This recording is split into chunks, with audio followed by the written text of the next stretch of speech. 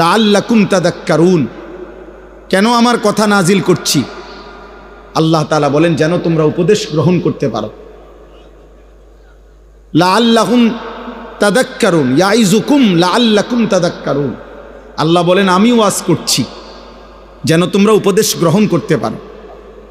লাআল্লাহুম ইয়াত্তাকুন, আমার বান্দারা যেন আল্লাহকে ভয় করতে পারে।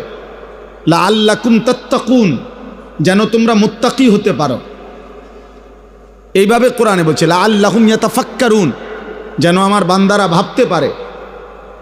বহু আয়াত আছে কোরআনের এ কথা যে আল্লাহ চায় বান্দা তুমি আমার কথা থেকে ভাবো, আমার বন্ধুর আখলাক দেখে ভাবো, ফিকির করো, চিন্তা করো, ভাবনা করো। ফাতাবিরু ইয়া উলিল আবসার, আল্লাহ নিজে বলছে হে চোখওয়ালারা তোমরা ভাবো।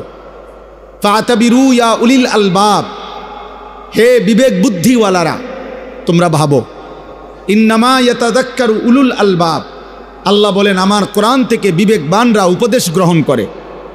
আল্লাহ বলছেন লাকাদ কানা ফি কাসাসিহিম ইবরাতুল লিউলিল আলবাব।